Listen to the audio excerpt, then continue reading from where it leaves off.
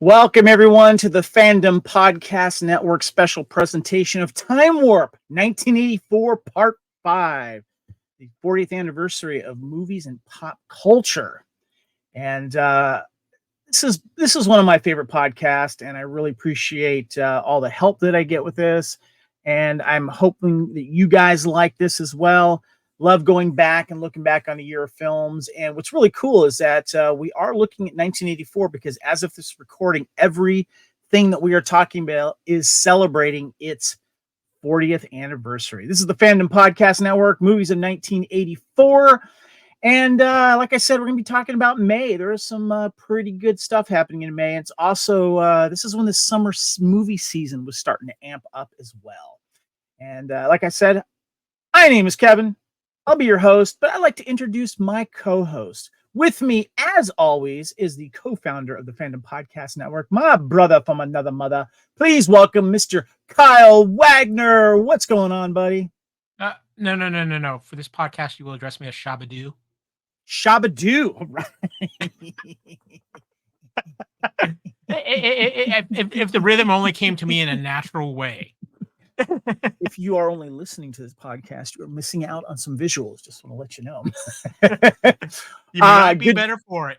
Yeah, good to have you back, Kyle. And of course, with us, as always, our co-host, the queen of movie foo, Lacee Adderhold. Welcome. Hello. Does that make me Turbo or Special K?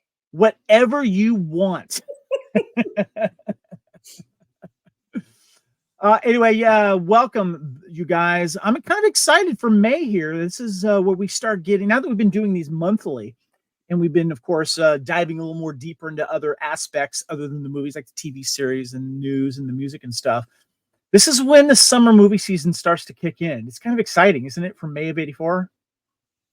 It definitely is kind of picking up and getting interesting. It is a interesting mix of movies for May of 84 when you look about what we're going to be talking about, because it's all over the map, really. It is. The type of films and the level of films. It is, yeah. Lacee, what about you? A little excited for the tip of the movie season in the summer movie season? I'm very excited. Oh, you got the physical media there. Let me see that. Yeah. This is good. I didn't even bring over like Newhart. I have all of the Newharts. I love Bob Newhart so much. Isn't this back in the day when like May was actually the kickoff of the summer movie season? Yeah. May was It was actually the end of May. It was always like Memorial Day weekend. That's when it was, you know. And then they started moving stuff back a little earlier in May. And then like it officially started, like April became it when Fast and Furious. Remember the Fast and Furious franchise was like, we're gonna get a jump on the movie season, and they started releasing all their films in April. So that was interesting. Yes, Lacee. There's a reason. Okay, so back in the 70s and 80s, school ended mid-May. Then they started pushing it forward to where it ended in like mid-June, and spring break was mid-April. Yeah, there you go. So they pulled all the things that they were afraid weren't going to make it in the summer. Like, because there might be too much competition. I got you. Yep. Yeah, no. It was like you want to get these people when they're not working, and you want to try to get into the movies and stuff. So yeah. Especially. Well, we have some stuff that is just arrived, and of course coming soon regarding Time Warp as well. And I've been doing my Buffy rewatch. Still doing that. I'm now in season 7, almost in the middle of season 7. And I got to tell you, one of the coolest episodes I've seen, and I totally forgot about it, was the conversations with dead people, where Buffy strikes up a conversation with a vampire. They were getting in a fight. He's just like totally psychoanalyzing her. I thought it was a great episode, actually. Yes. And that vampire is played by, now I'm lost his name, but he's one of 3 people who were on Buffy, Angel, and Firefly. Oh, wow. Okay. He's one of 3 actors, yeah. Real quick about season 7. The most evil Nathan Fillion has ever been? Yes. I will answer that question when I get to those episodes, Kyle. I have not gotten there yet, so let me answer that later. But yeah, it's been a long time since I've watched those. So in a way, watching these for the first time is what this feels like. So yeah. But as for other Time Warp episodes, I brought up Buffy because last year we had a TV series retrospective, and it was a great conversation. My wife's favorite show. She was on that as well. But of course, so we started with part 1 in January, went through February there with Footloose, Got in there with March, which really had a lot of good episodes with movies with Splash and Romancing the Stone, Ice Pirates Police Academy, Spinal Tap. And then we had April last month of Moscow and the Hudson, Suburbia, Friday the 13th, Part 4, Up the Creek. Talked a little bit TV as well with Highway to Heaven and Double Trouble. But this month is 84 in May. And we got some good ones to talk about. But was there anything that you guys got caught up recently? I don't think Kyle can answer that because he's been a little busy here during the tax season. But Lacey, what about you? Yes. I just watched Tank earlier today. Oh, what'd you think? And it was okay. So it's billed as a comedy, and I know that it's very lighthearted, but like for the most part, it's a straight up like 80s crazy with the kidnapping sending the son to jail and like threatening to have him like raped in work camp because he doesn't like the guy's dad. Like there's some like stuff. There's some heavy drama in that too. Yeah. I was not expecting it. I was expecting like a funny. Did you like the movie though? It was good. Yeah, it was good. It was C. Thomas Howell, and I adore him. James Garner, fantastic. Love it. I was enjoying Janelle Harrison, the girlfriend too. I just think she's cute. You know, I liked her from Three's Company as well. Oh, the prostitute? The friend, the girlfriend that was riding the tank with him, the one that got to fire the cannon a few times. Got it. Yeah. Right on. So thumbs up for you. You liked it? Yeah, it was good. It was good. Okay. Mm-hmm. All right. Cool. I watched something else and I can't remember what it was. I think I mentioned it the other day. It's really hard to hate a movie James Garner is in. Yeah. Right. It is. He's great. He's got something. He's just got that it. So yeah. Mm-hmm. Yeah. All right, guys, let's head into May here. But you know what? Before we do, let's take a step back in time to 1984. Let's fuel up that DeLorean with the flux capacitor. Step into that blue police box or phone booth. Step into that quantum leap accelerator, or my favorite, take a dip in that hot tub time machine as we travel back to 1984. We're going to remind you what was happening in pop culture, sports, politics, television, and of course the movies during 1984, or more specifically in May of 1984.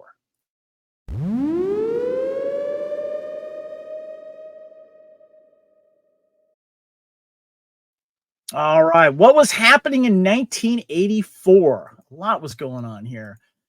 We've kind of already gone over some of the presidential, information, as well as some of the stuff inflation and stuff. But let's go ahead and let's give you some world news here. May 7th, after a 5-year battle, an out-of-court settlement of $180 million is awarded to the American Vietnam War veterans suffering illnesses and disabilities caused by Agent Orange. If I remember correctly, because I refuse to watch the movie ever again, I think Jacob's Ladder had something to do with that. Just saying. That movie messed me up. May 8th, as retaliation for the U.S.-led boycott of the Moscow-hosted Olympics in 1980, the Soviet Union announced they will boycott the 1984 Summer Olympic Games. The games will take place in Los Angeles, California. And let me just tell you, living 2 hours away from Los Angeles, and as well as hosting some of the stuff that was going on, my hometown of Santa Barbara, that is, hosted, I think it was like windsurfing, and then nearby the canoeing took place. I didn't miss the Russians. I'm just going to tell you. No offense. Kyle. I just got to add in that story. That happening was still one of the greatest episodes of The Simpsons ever, where that boycott almost put Krusty completely out of business because they were doing a contest. It's like, let's all rig. The Russians are going to win all the events. And like Homer is just getting free Krusty Burger all summer long. I don't remember that. That's funny. Okay. And then let me see here. May 12th, Nelson Mandela, imprisoned in South Africa, sees his wife for the first time in 22 years. 6 inmates on May 31st, 1984, escaped from death row at Mecklenburg Correctional Center in Virginia. Lem Tuggle, Earl Clanton, Derek Peterson, Willie Jones, and brothers James and Linwood Briley become the only prisoners to ever escape from death row in the United States. However, all 6 are apprehended within days of the escape. That kind of sounds like some like Southern rock band members like that. Just saying. And believe it or not, I don't think they've actually ever made a movie about this. It sounds like a good movie, doesn't it? You're right. Yeah, that's a good idea. Yeah. 1984, we had some celebrity births here, guys. We had a few here. First of all, Cheryl Burke, dancer. Somebody here talking may have had a crush on her during the dancing show she was on. What was that called? America's Best Dancer, what was it called? Something like that. She did a lot of things after, too. Yeah. Alex Smith, football player, Kyle. Play your former Chiefs player there. The man who helped mentor Patrick Mahomes. There you go. Yeah. Mark Zuckerberg. I feel like he's always watching me. Anyway, founder and creator of Facebook. He's born.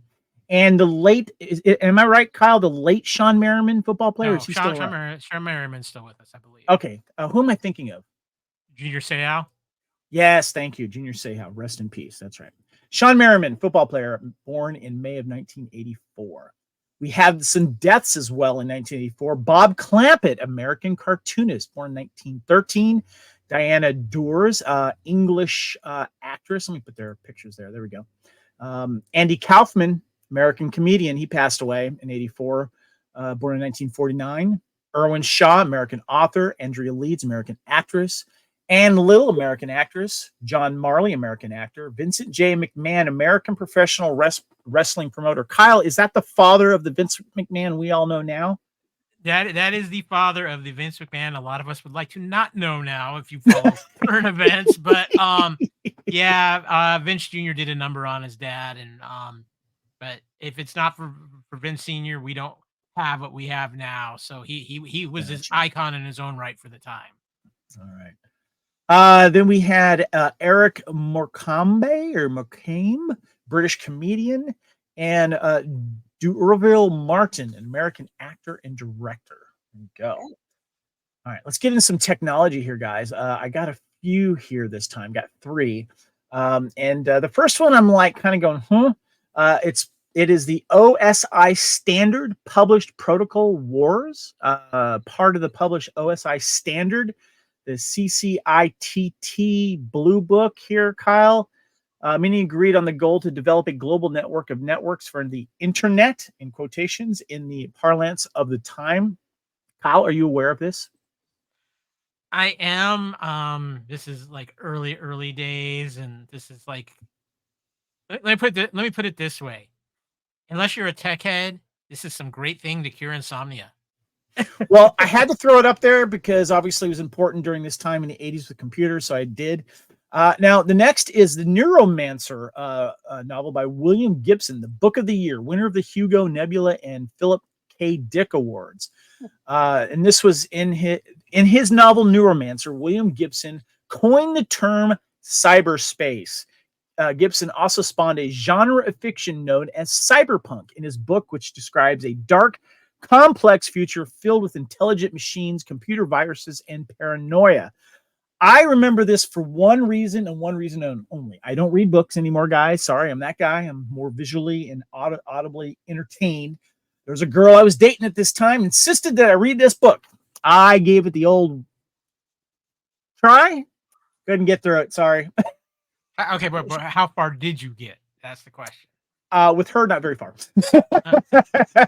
Now, we got one more thing up here. I need to say something. Because we know, Kyle, I haven't gotten to the other tech thing yet, so okay. wait till I get. Anyone else? Anything on Neuromancer? Nope. Okay. All right. Next is the Motorola Dynatac brick cell phone. It was priced at $3,995 in 1984. The Dynatac is a series of cellular telephones manufactured by Motorola from 83 to 94. It says here, too, that it also offered an LED display for dialing or recall one of 30 phone numbers. It was priced at $4,000 in 1984. Its commercial release year equivalent to $11,000 in 2022 if you do the conversion there. Kyle, yes. Okay. This phone officially needs to be named the Gordon Gecko. The Gordon Gecko. I was going to go with the Zach Morris special. No, Zach's is a little bit newer, Yeah. But believe it or not this particular model. He got it was about 87, 88. My dad got no. It's the Ghoulie model. It's the Ghoulia. Was it Julia Ghoulia's husband to be from Wedding Singer? Mm-hmm. Yes, but yeah, I think the Gecko model is definitely more famous there. So yeah. Let's do some other stuff here. Products that were introduced in 1984, guys. We got two to talk about here. We have the Digicase. Is a handheld game console developed by Bandai and released in Japan in 1984 and later in Europe in 86. Only 8 games are known to exist for this system. Each console came with 2 pack games. In Japan, there were 2 retail configurations, A and B. Europe had several retail configurations and 4 games released. Kyle, do you remember this one at all? No, but here's the thing. The 80s were the time, and even in the 90s, it was like this. There are so many obscure little game systems that came from Japan. It's ridiculous. Yeah, this is true. And this is one of them. It looks cute. It looks like you take the top part of it and you put it into like the little controller thing. And you had to like purchase each of those little games. They're all precursors to the Game Boy. Yeah, yeah, like, yeah. Yeah, it's pretty like much. The top half is the cartridge and the bottom half is the Game Boy, sort of. The next item released is Extra, Wrigley's Extra Sugar-Free Gum, which is what I still buy before I go on a plane trip, and I spend way too much money for it at the airport store. Extra is a brand of sugar-free chewing gum produced by Wrigley Company in North America, Europe, and Australia, and some parts of Africa and Asia. Extra was released in 1984 as Wrigley Company's first ever sugar-free product. It became one of the most popular brands of chewing gum in the United States within a few years. It was also the first sugar-free gum not to use saccharin instead of using NutraSweet brand, a sweetener developed by J.D. Searle and Company. It had less bitterness and was believed to be safer in humans and laboratory animals. It was later reformulated with aspartame in 1997, and now that's bad for you, apparently. So, yeah. What's that? Everything will kill you if you eat enough of it. This is true. I still have this stuff, and I liked it for the long flights because chewing gum helps you pop your ears and stuff like that. So, I'm not a big gum chewer, but I know a lot of people still do like it. So, yeah. All right, next we have totally tubular 80s toys, guys. Got a couple of interesting ones here. First of all, we have Boyd's Bears. These cute little guys is a line of manufactured collectible resin and stuffed teddy bears produced from the early 80s until 2014. Boyd's was acquired in 2008 by Enesco, who announced in 2014 the company had made the difficult strategic decision to place Boyd's into hibernation. Boyd's Bears was founded in 1984 by Gary and Tina Lowenthal. They were owners of an antique shop in Boyd's, Maryland, which, although profitable, found difficulty maintaining an inventory of well-priced antiques. Do you guys remember the Boyd's Bears? Yeah. I don't know that I had one, but I definitely know I knew of them. I always seem to like see them in like thrift stores later. I felt like, I don't know. They're cute though. I like them. They got the typical brown one there. This one I remember well, and I did not like the controllers when I went to my friend's house to play it. The ColecoVision video game system and console, manufactured Coleco. Price was $129.99. ColecoVision game system and console features high-resolution graphics and precision gameplay, combines an 8-direction joystick for the split-second decisions and 12-button keypads for lots of options. Kyle, how many options were on that keyboard?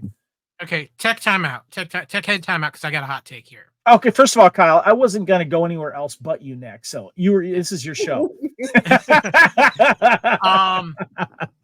I will say this about the ColecoVision. It got a little bit of that bad Intellivision advice with the button pad and the telephone cord connector to the system. But the ColecoVision at the time, because it came out around the time that Intellivision was out, Atari 5200 was out. It was by far the most superior system to the truest translation of a arcade coin op, and it wasn't even close. It was the best version of Donkey Kong at the time, and it also had a steering wheel unit for the game, which everybody likes to talk about Pole Position. No, Turbo was my jam. And Turbo, they had a Turbo for ColecoVision that was phenomenal. The ColecoVision, if it had made a few tweaks, might have stole that era of. It was those controllers, man. It was weird. It And plus, was. plus, you kept hitting those buttons. After a while, the suction thing inside would start to not work, and it was just I thought the controllers were just not done well, in my opinion. So, but yeah. The last thing was the Colorforms kid manufacturer Colorform, price at $788. Bright no mess Colorforms are self-sticking, over 100 pieces. The basic kid body, 4 pre-cut Colorforms vinyl sheets, 4 soft plastic hats, 2 soft plastic hair designs, and 1 plastic shoe included. I guess it's just like you make a doll, you have these little things, and you put little things, these little stickers on the doll accessories, I guess. Is that what that was? I think something like that. They weren't stickers. They were those like, those window forms that you can take off and put on, take off and put on. Gotcha. Okay. It was basically like, it was kind of like a dress up that wasn't but you had to save the sticker back to keep the integrity of the stickers, and then it would get like really dirty and messy and stuff. I remember. No, you just had like a little, honestly, they were all over you just leave them on a window. Okay. Stick it to a window until you were using it. Mm-hmm. All right, let's get into some music, guys. We'll start off with some music news first. May 1st, Mick Fleetwood of Fleetwood Mac files for bankruptcy in the United States. I always think of this because Mick Fleetwood was not one of the songwriters, so he never got songwriting royalties. The only time he made money was when they went on the road, and I think he probably overspent. And I remember when when Spinal Tap kind of came back into the scene later in the 90s, they held this funny like drummer tryout, and he came out for it, which I thought was kind of funny. May 2nd, Lionel Richie's hit Hello becomes Motown's first ever UK million selling single. So it did well in the UK. Cool. And May 5th, Duran Duran achieved their second UK #1 single with Reflex and remain at #1 for 4 consecutive weeks. The Pretenders singer Chrissy Hynde marries Simple Minds singer Jim Kerr. In Luxembourg, the Eurovision contest 1984 is won by the Swedish entry Diggity Loo, Diggity Lay, performed by the Herreys. I didn't know that was a thing until like 5 years ago. The Eurovision was not on my radar. So yeah. Let's talk about some of the, Lacey. I was going to say, I only heard about Eurovision because of the Will Ferrell movie. Like that's what I heard about Eurovision. I heard about it prior to that movie because I married an Australian, and Australians and the UK share a lot of pop culture together. So that's how I found out about it. And then, of course, Will Ferrell brought it to the masses here in the States that were like, what the hell is Eurovision? Oh, yeah, it's a thing. Let's talk about some hits from 1984. We always pick a few at a time here. And we'll start off, of course, with number 66 down to 57. 66 is Lucky Star, Madonna. Then You Might Think by the Cars. If This Is It, Huey Lewis and the News. Miss Me Blind by Culture Club. Love Somebody at number 62 by Rick Springfield. 61, State of Shock by the Jacksons. 60, we got Legs by ZZ Top. 59, we have Almost Paradise by Mike Reno and Ann Wilson. Number 58, we have Infatuation by Rod Stewart. And at 57, we have Love is a Battlefield by Pat Benatar. Lacey, what a couple of your favorites off this list? I am so excited. This is the first time that we have done a 10 songs, and I actually recognize 8 of them. Normally I recognize like 2 maybe, and I'm like, well, it's easy to pick about 2 because the only 2 I know are these 2. This is really cool. I actually get to make a decision. Love is a Battlefield. You Might Think I'm Crazy. Love Somebody. Like this is a good list. Let's just put it that way. Okay. Kyle, got a few favorites here in this one? Well, I would do my normal thing, but this only writes itself because those legs are almost paradise. I didn't even know Mike Reno was, and I didn't know that was Ann Wilson of Heart too. I had no idea. And of course, If This Is It, Huey Lewis and the News, always one of my all-time favorites. Legs, ZZ Top, huge MTV hit video. This is the video and song that blew up ZZ Top. They were already doing very well for themselves, but when it came to the MTV generation, boom, they hit it well. And You Might Think by the Cars, one of my other favorites. I can't even remember how Miss Me Blind by the Culture Club or State of Shock by the Jacksons go. Those are the only two I don't know. I'm so excited. I don't know what those are. Yay. All right, let's go ahead and hit some television of 1984.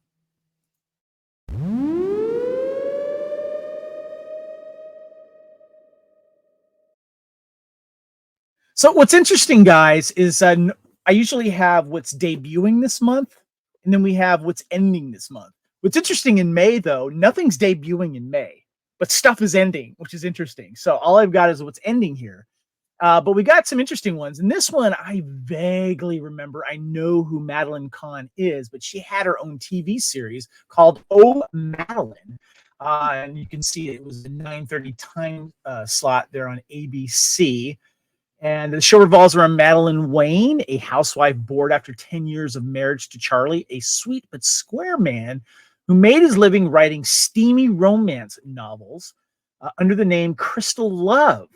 Madeline's best friend was Doris, a timid divorcee, previously married to Charlie's best friend, a middle-aged swinger named Bob, and Anne and Charlie's amorous editor. Stars Madeline Kahn, James Sloyan, and Luis Giambalvo. Can't pronounce that name. Does anyone remember the show? I don't. No?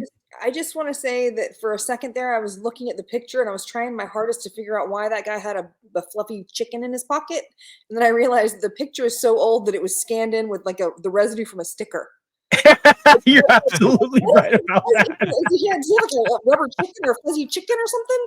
I mean, yeah. Is that a white cat right there? What's going on there? Right, because Madeline Kahn is so like she does physical comedy as well as she does just basic comedy. So it wouldn't be out of character for there to be a chicken. I remember this. No, this series did not last long. It ran from September 7th, 1983 through March 13th, 1984. Only 18 episodes were produced. So there you go. Okay. So next we have a very famous show that we do remember, of course. This is Fantasy Island. It originally premiered in 1978. It ends its run. And I love this ad here. I have a small-time bookie is stalked by the mob. Fantasy Island guest star Sonny Bono. Tonight at 7 p.m. That has to be like a mountain time, because Fantasy Island was always like 8 o'clock Pacific or Eastern time there.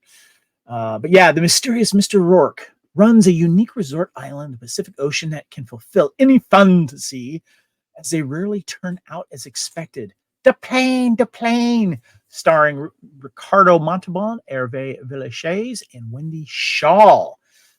We know this one, guys. This is a fantastic show. We watched it whenever it came on. Then they did like a horror themed version of it later on in like 2020. I didn't even give that one a shot. Well, I'm like, I ain't doing it. Sorry. Yeah. Blumhouse did a version of it.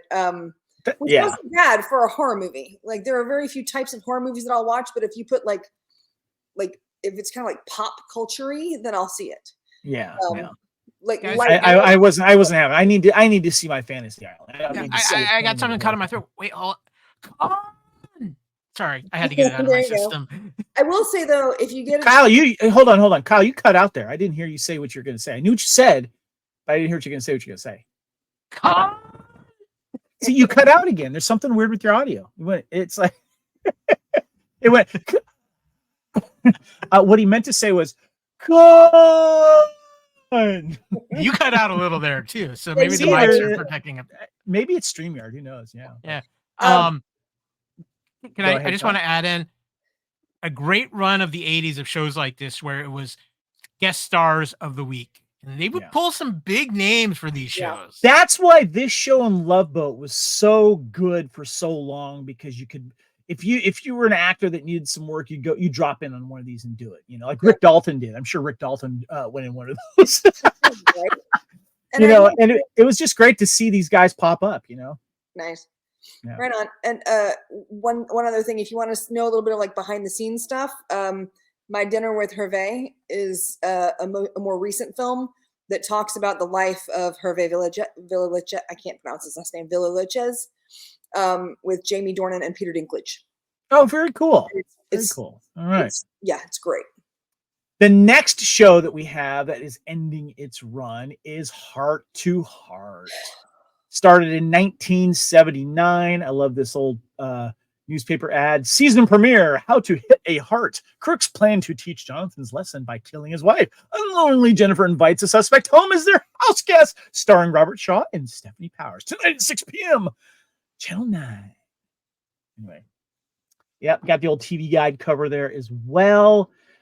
Started in 1979. We've already touched on this already, guys, but it's still a good run. 1979 to 1984. Kyle, did you have something? Well, I mean, let's be honest too, that this show kind of lost a little steam after Natalie Wood. That's a good point. That's an excellent point. Natalie Wood passed away a year earlier, and funky stuff was still kind of big questions hanging over on that. Good point, Kyle. Yep, definitely. Next, we have One Day at a Time, ending its run. Started in 1975. Norman Lear, who brought you All in the Family, Maude, Good Times, and Jeffersons, now brings you One Day at a Time. A mother who's trying to double as father to headstrong daughters, a series, the world's least likely and most amorous men. The result, a bubbling mixture of small chuckles and big laughs that just won't quit. That's from the TV paper news ad I have here, and it ran, looks like on 9:30 p.m. on CBS, starring Bonnie Franklin, Mackenzie Phillip, Richard Mazur, David King, and also starring Pat Harrington with Valerie Bertinelli, guys. I watch this all the time. Kyle?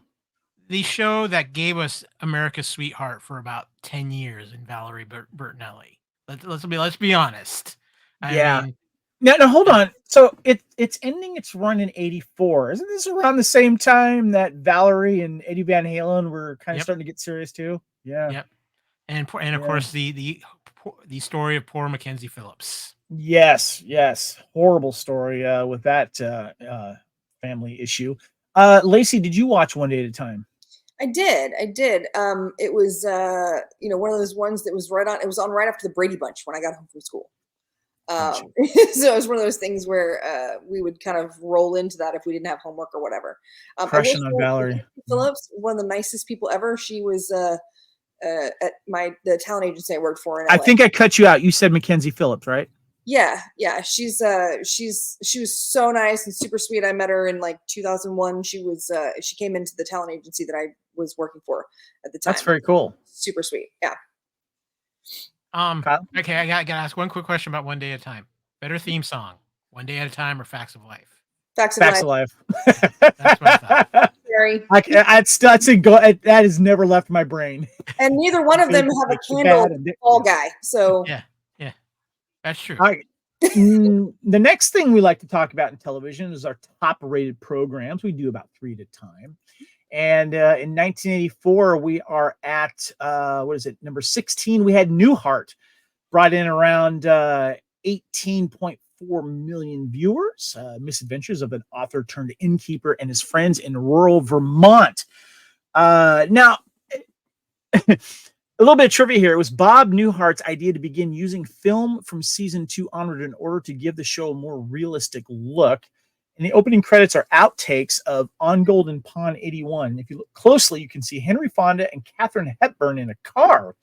William Lantow, who was the reoccurring role of Chester in the series, was also in Golden Pond 1981. Lacey, I have a confession to make. Okay. I've never seen an episode of Newhart all the way through. I've come across it while channel surfing. Really? I don't know what it is about it.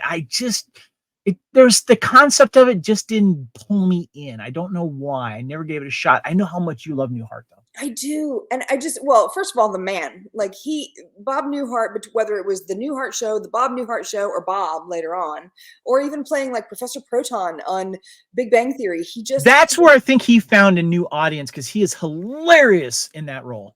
Okay. So if you liked him in that role, that's not him playing a character. Like that's who he's so good and so funny. And there's like a lot of his comedy comes from just trying to get out what he's thinking because everyone around him is an idiot. And he's like, he's got a dry release. That's kind of charming. So good at it. Yeah. And Kyle, were you a fan of Newhart? Newhart was kind of a weird experience for me because it was a show that was on in Alaska growing up. We'd always have two sitcoms in the 7 to 8 time slot, and it was usually Newhart was usually one of them. A long time it would rotate between like WKRP and Cincinnati or something else like that. But Newhart was always there, it seems like. And Bob Newhart is an American legend as far as I'm concerned because he's so unique. He the way he delivers lines, how he is just something special. And he can also pull a dramatic turn. He did a dramatic turn on ER back in the day that was quite powerful. But this was just also, it was an eclectic cast. And come on, it brought us, I'm Larry. This is my brother Daryl. This is my other brother Daryl, which is still in the lexicon to this day. And I always remember William Sanderson from Last Man Standing with shoot. Bruce. No, Bruce. Die Hard Bruce. Oh, Bruce Willis. Yeah, Bruce Willis. Yeah, good action film. Good action film. All right, next, we've already discussed this show because it was, I think we talked about it because it was brand new a few months ago, but it's doing well. Kate and Allie jumped to 17, one of the most watched shows. Started in 84 at an average of 18.3 million, and it ran through 1989. Lacey, you had made a comment about Kate and Allie last time. Is there something you wanted to talk about with that? I feel like the way I said it sounded negative, and I just wanted to readjust the way that I'm saying this. Like a lot of times, what I said was that, this is the show that every parent of a gay child imagined, as far as like roommates, right? Right. Stuff. What I was trying to say was that the parents were not willing to, in the 80s,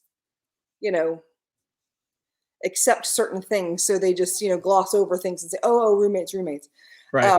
This was one of those shows that I think gave those parents hope, I guess, or whatever. And I think that was maybe a negative. Gotcha. Well, I with the old Madeline show too, there seemed to be a theme of women going out on their own. It's okay to be a single mom, and showing some empowerment with that, showing that you can still parent. You don't need a husband to do it.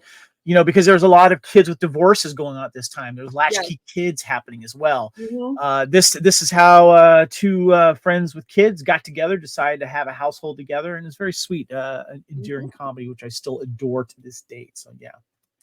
All right, what do we got next here, guys? Oh yeah, let's go ahead and let's talk about some movies.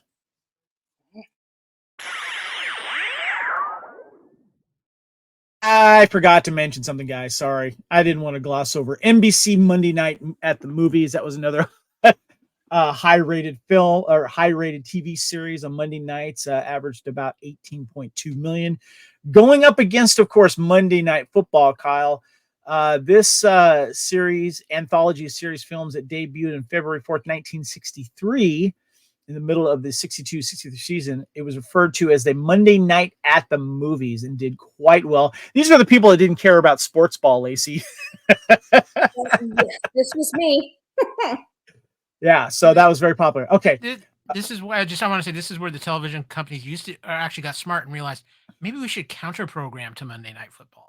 Yeah, right. And it worked quite well. It was very, very popular. So yeah. And when you think about it, like this might be like the beginning of maybe like I don't want to say nerd culture, but like just the fact that because in the 50s and 60s it was very much like football ran everything, sports and football and everything, and like just the the classes, the cliques and stuff. Well, what was popular too was the staying home at night on destination television. and spending a couple of hours in front of the TV with the family. People might bring out their TV dinners and watch it together. And so you had the Sunday night, you had the Monday night. I believe there was the Tuesday night one as well. So you're kind of like carrying out, in a way, for me, it felt like you were trying to forget about what Monday was, because you were looking forward to the Monday night, either, comedies, dramas, and or the Monday night movie. You wanted to forget Monday. You want to get past Monday. And so that's why it was a great escape. You wanted to continue the weekend and then get past Monday real quick. So that's kind of how I felt about the Monday night at the movies and such. So yeah. But it also felt like every once in a while they'd throw like a sci-fi one or a fantasy one in there. So it was like all the nerds that were getting stuffed into lockers at school had a place to be instead of having to be at the football game. That kind of thing. Yep. Mm-hmm. Okay, now let's get into the movies.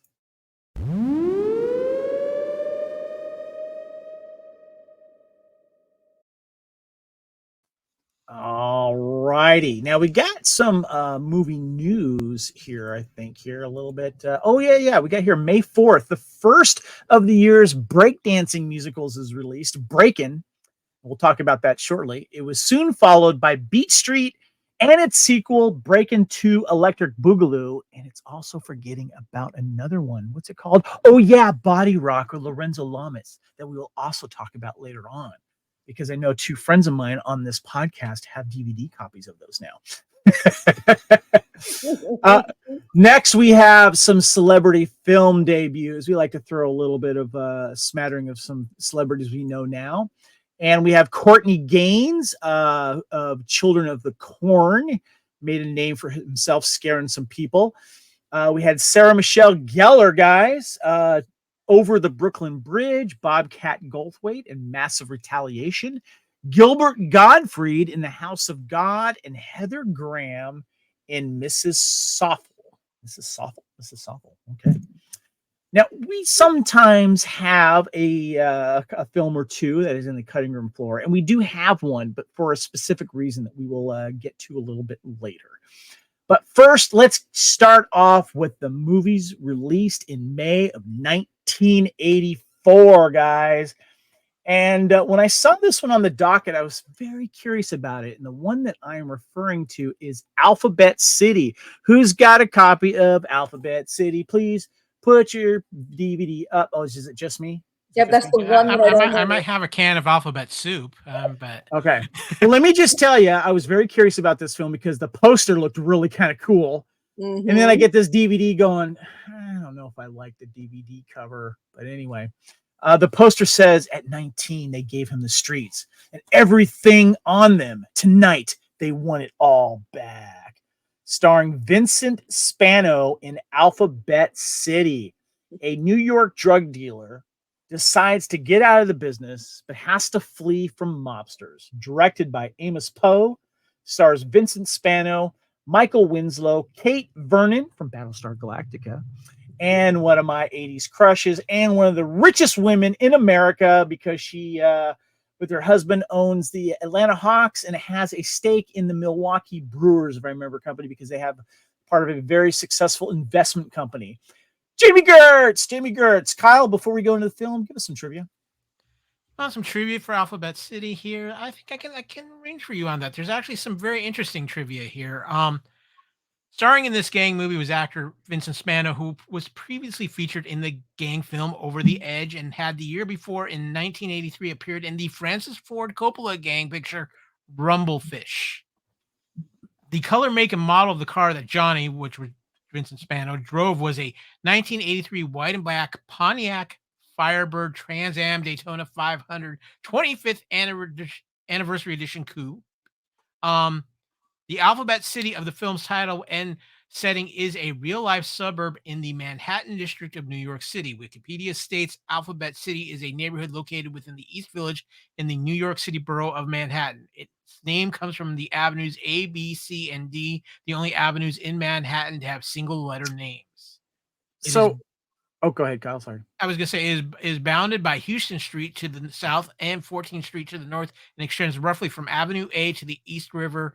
Some famous landmarks include Thompson Square Park, the New Yorkin Poets Cafe, and the Charlie Parker Residence. All of this is filmed on location, and they show a lot of these signs in the film as well. Lacey? I was gonna say I haven't seen this movie, but the only thing I know about Alphabet City is that that's where Gabby Hoffman and Christina Ricci were trying to figure out. They got lost in Alphabet City in 200 Cigarettes. Oh, that's where that was. Yeah, I remember that one. Yeah, yeah, they were at Clifton Street trying to figure out whether they were an A or B or whatever. Yeah, the car that he drives in this, by the way, is really cool. Apparently, he took a joyride, Vincent Spano, and he got pulled over by the police in his car. Nice. It's kind of film noirish, sort of. He's a very young drug dealer. He's like playing the age of 19, and Jamie Gertz is kind of like, she's like not a call girl, but like an escort. And she's really young. She's like 16 or 17. It's crazy. And her mom is just trying to like, their mom is just trying to like, not, they don't want to know, like, the mom doesn't want anything to do with her son, Vincent Spano's character, because she knows he's up to some shady stuff. And she's dating some guy that's not the real father. And he's kind of the young hotshot drug dealer. And stuff kind of goes wrong with the local mob leader, and there's a shootout at the end, and they escape, and blah, blah, blah. It was a little underwhelming. I feel like, though, they were trying to make Vincent Spano a thing that didn't quite happen. This was kind of like, let's see if this movie takes off, and I don't think it did. Has anyone seen this? I have not. I looked for it on Amazon, couldn't find it. I looked at eBay, and it was like, $30 for the Blu-ray. So I had the DVD, but I think it was like between $10 and $15. I took a shot on it, but yeah, it was a little disappointing, to be honest with you.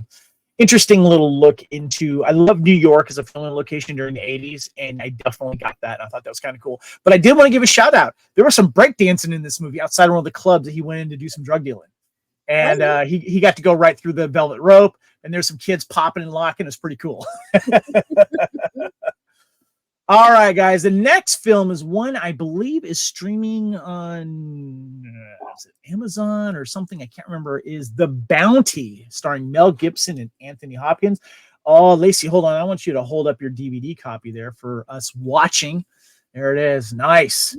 I have actually never seen this film before, guys, but I saw a trailer for it before I think it was last year. I'm like, I got to check this out. Oh, it's coming up in 84.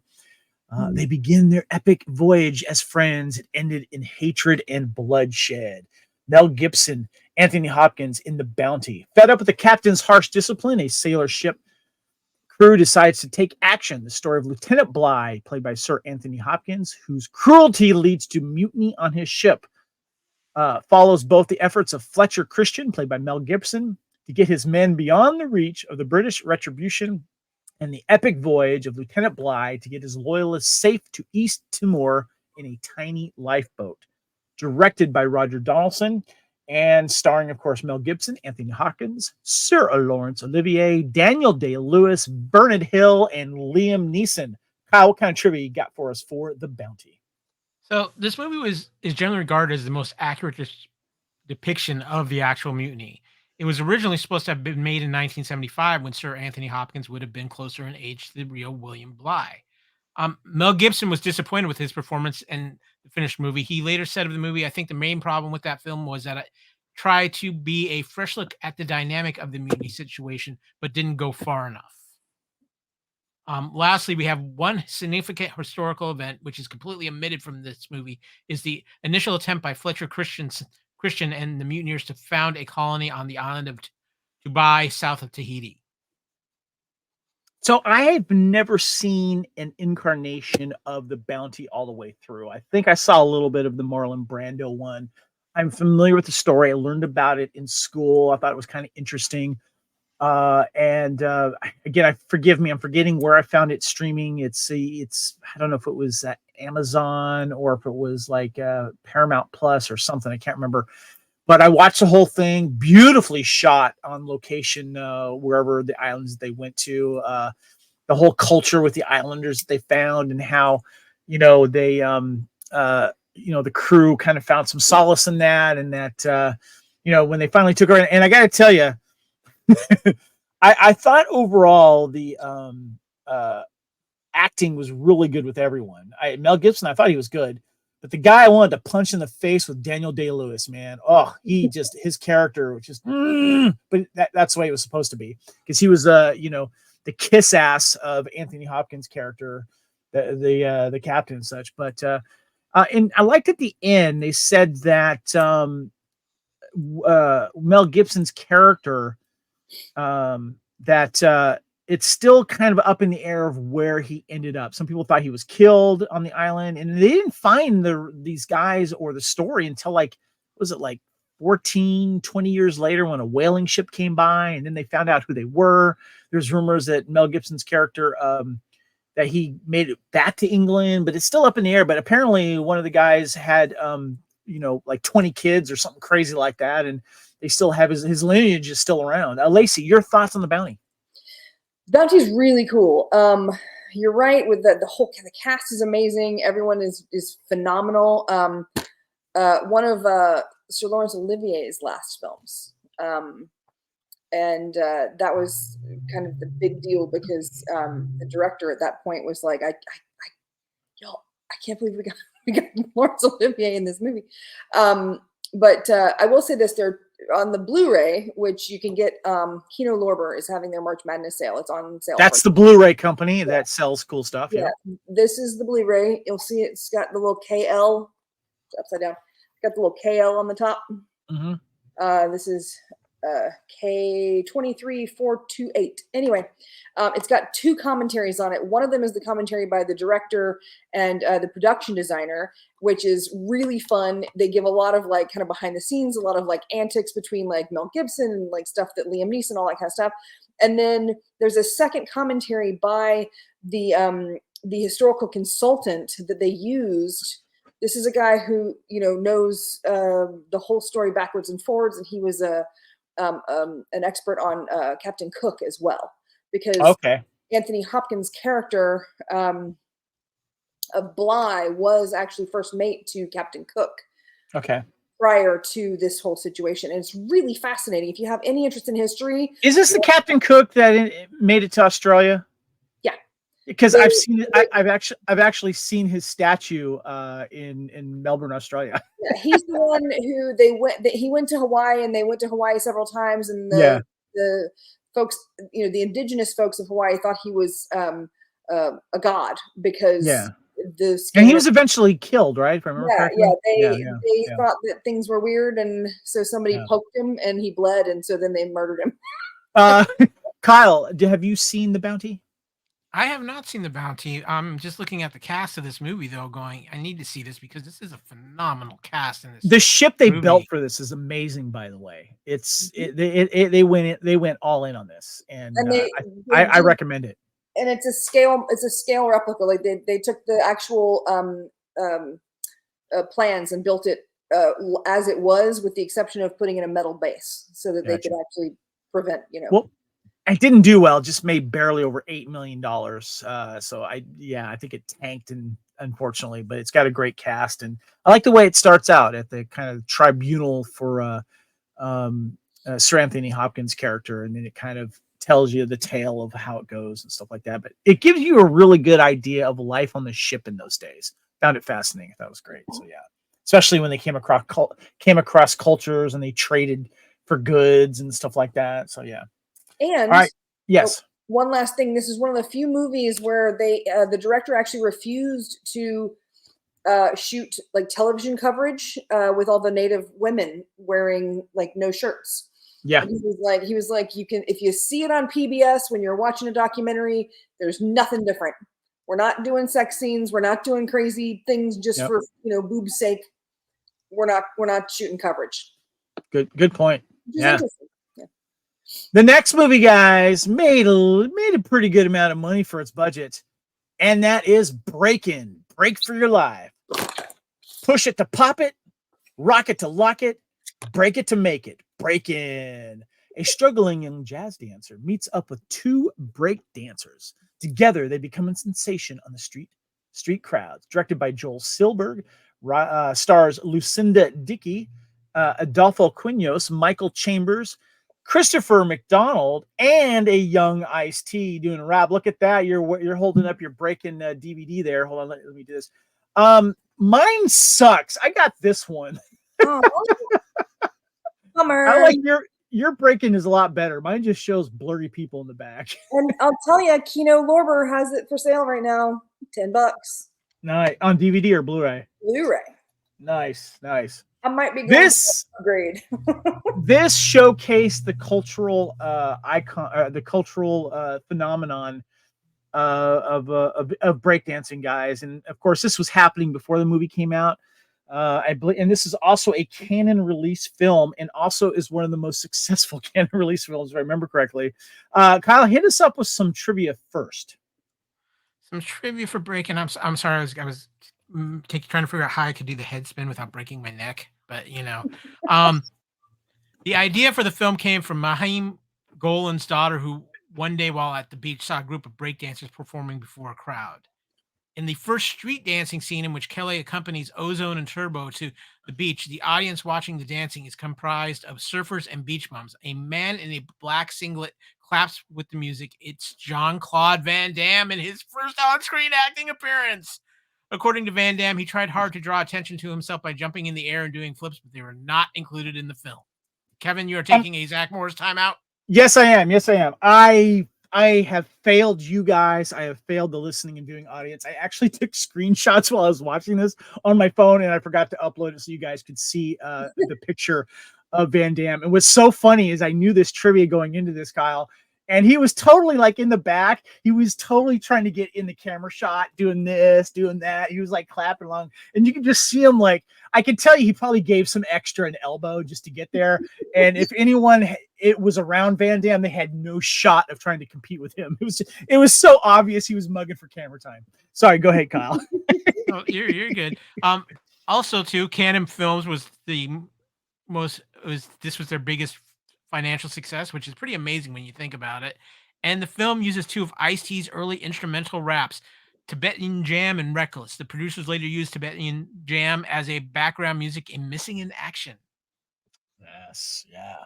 I forgot it was a Canon film. I'm like, oh my god, it's Canon film. Yeah, man, my DVD art sucks. Anyway, I don't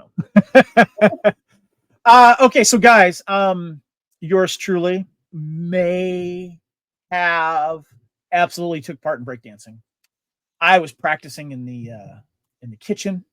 I was practicing on cardboard. I was doing some popping and locking. I could do the whole spin thing. I could do that, and after the spinning, only thing I could never do is spin on the head. Never could get into that. But I took part. This white boy was breakdancing. Just saying. Kyle, I think this movie also has someone that was a ninja. I believe you are correct, sir, but you'll have to forgive my brain. It's a little fried at the moment. So yes, refresher. The lead actress, Lucinda Dickey, is the one that you can see on the cover of Ninja 3 Domination.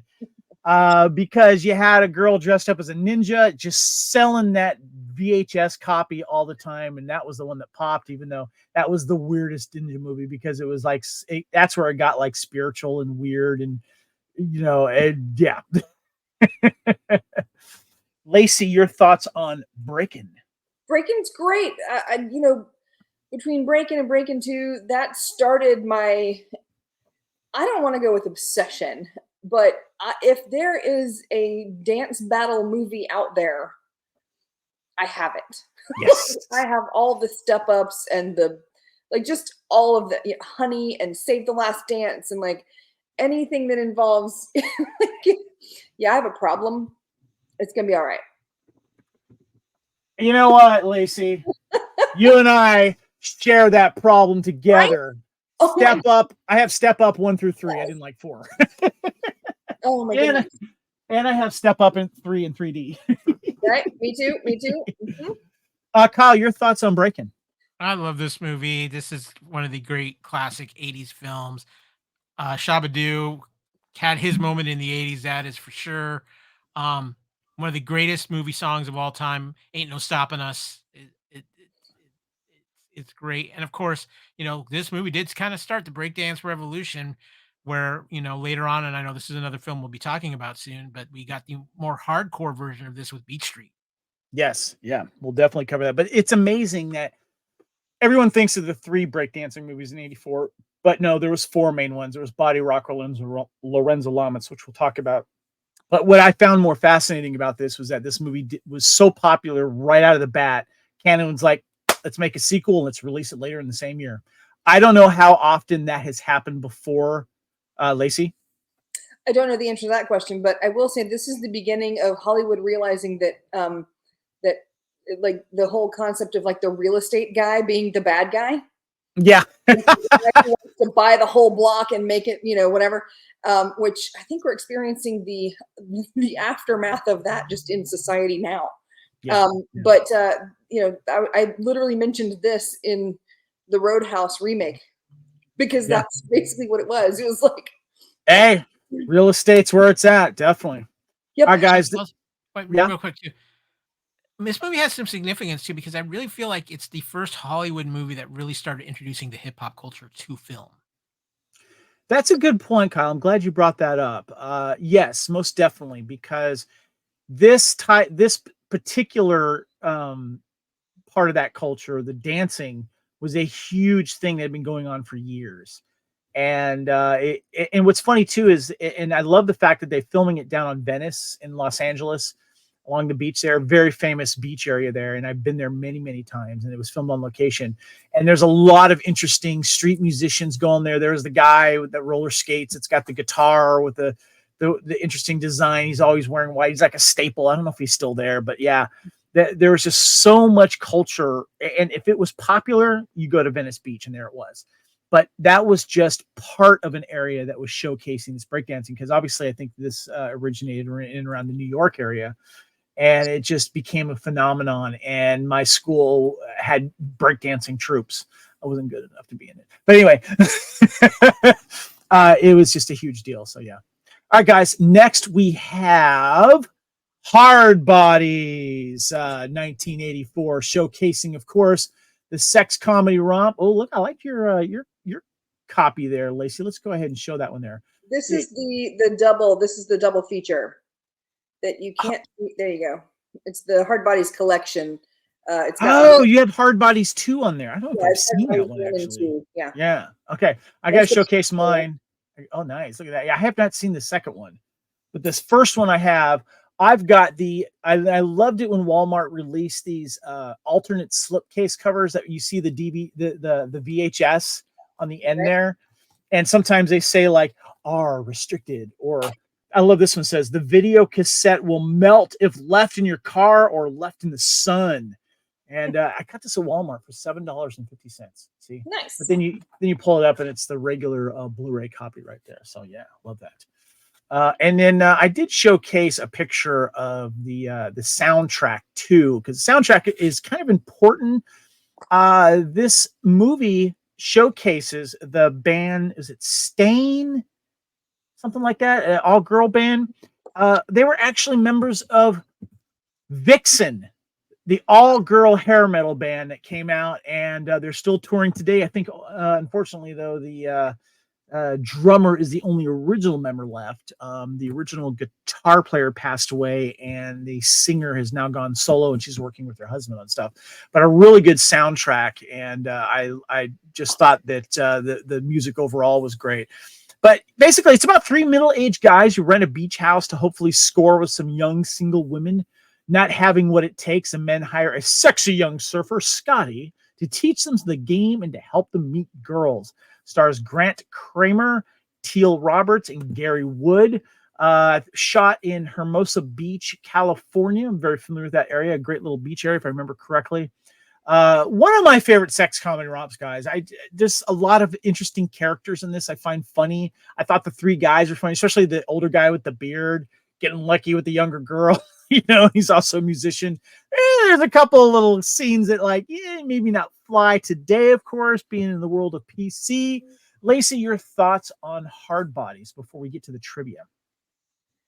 Okay, so you've got your traditional sex comedies, the romp comedies, and then you've got the beach versions. This is probably the best or best known of the beach versions. It's one of my favorites because I'd never seen this until I watched Gilmore Girls.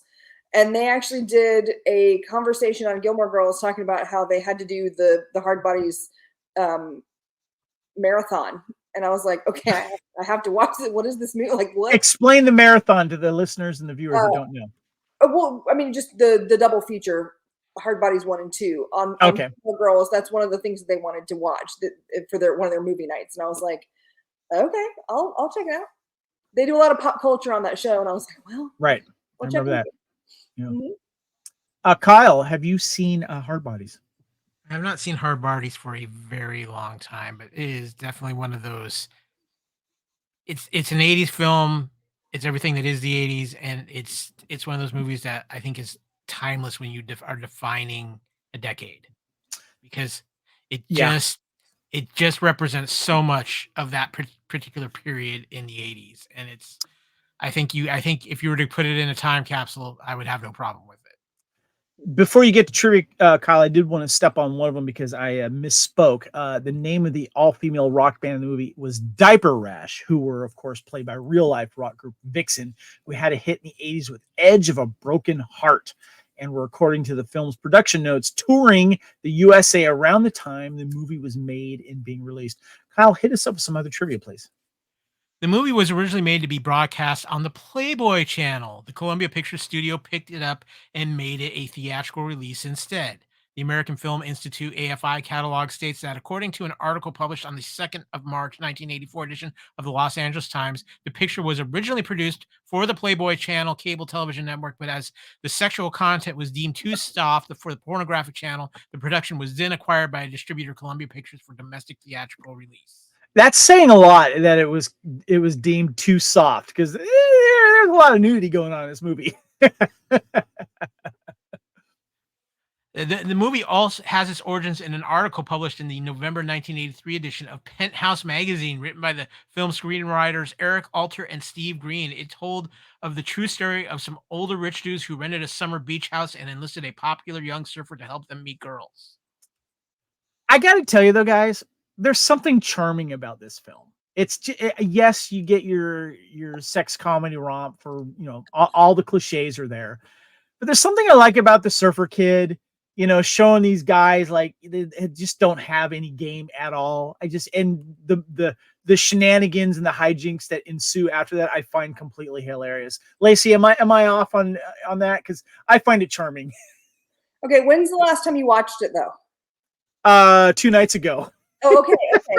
All right. I watched it about 3 or 4 weeks ago, and I didn't remember it being as like aggressively sexualized as the first time I saw it. Maybe I was watching it through the lens of the Gilmore Girls. Right. Yeah.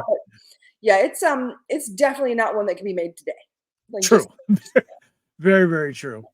All right, guys. The next film is one we've all heard of and we adore dearly, and one of the best teen comedies of all time, and that is 16 Candles. Made over $23 million in its original theatrical release. From the man who brought you Mr. Mom and National Lampoon's Vacation. And this, of course, is the poster. They love to put stuff on the posters, guys. Samantha Baker is turning 16. She's fallen in love for the first time. It should be the best time of her life. But her family is so preoccupied with her sister's wedding, they totally forget her birthday. The boy she loves doesn't know she exists, and the class clown is putting the make on her. That's just the first paragraph. I'm going to leave it to that, guys. I loved revisiting this movie, guys. Molly Ringwald, who wasn't crushing on her, of course, co-starring Paul Dooley, Justin Henry, Anthony Michael Hall. Directed, of course, by John Hughes. Getty Watanabe is Long Duck Dong. John Cusack's in this film.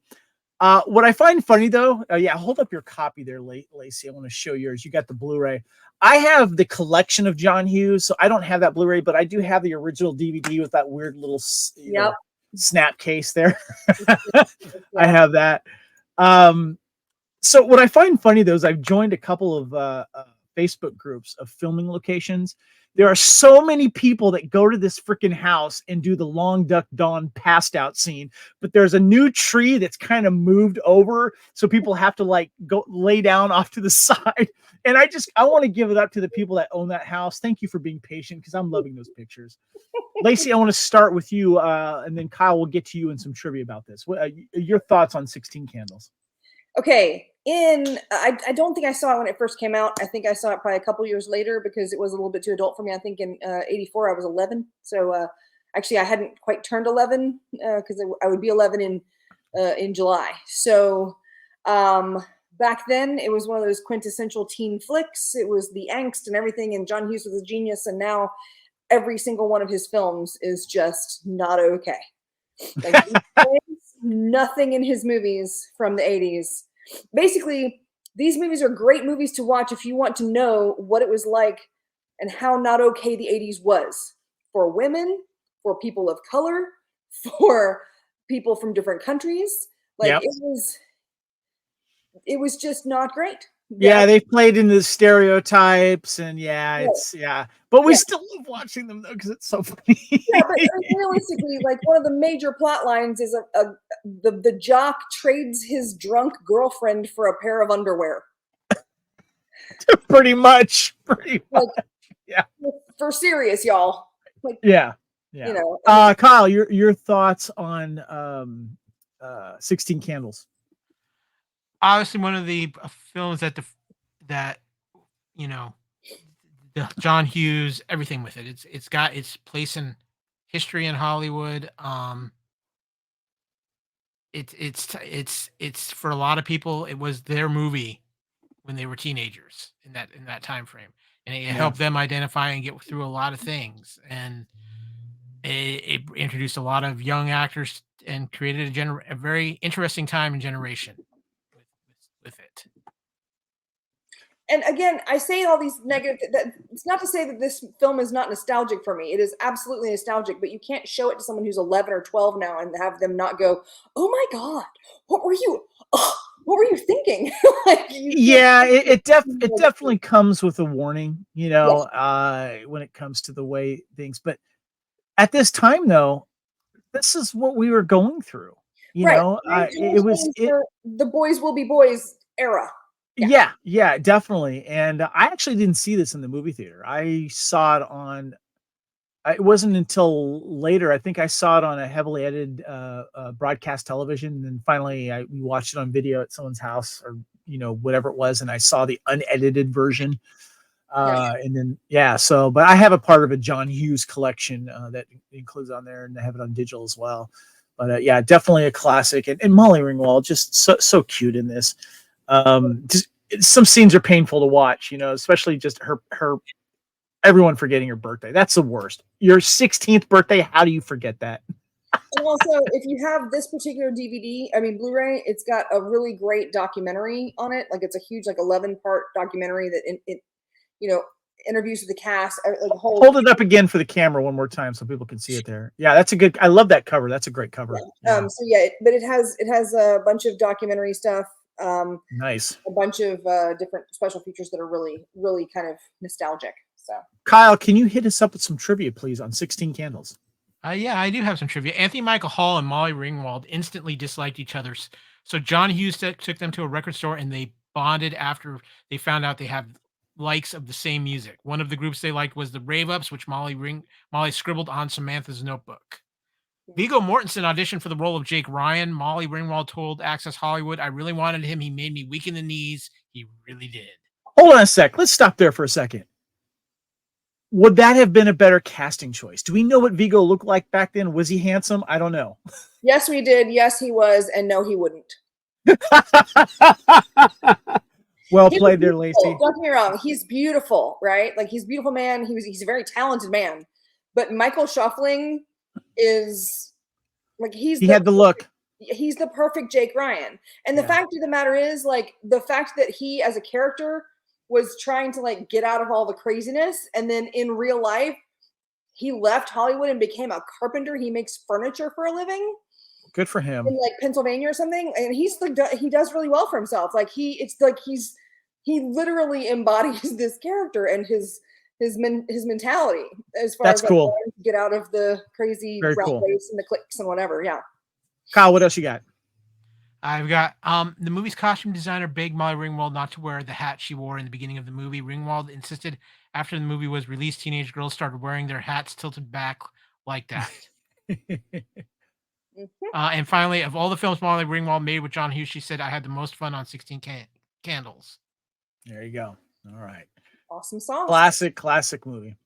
Next, we have on May 11th, the horror movie Firestarter, made just over $15 million in its original theatrical run. And of course, the poster, I'll hold mine up in a second. Charlie McGee is a happy, healthy 8-year-old little girl, normal in every way but one.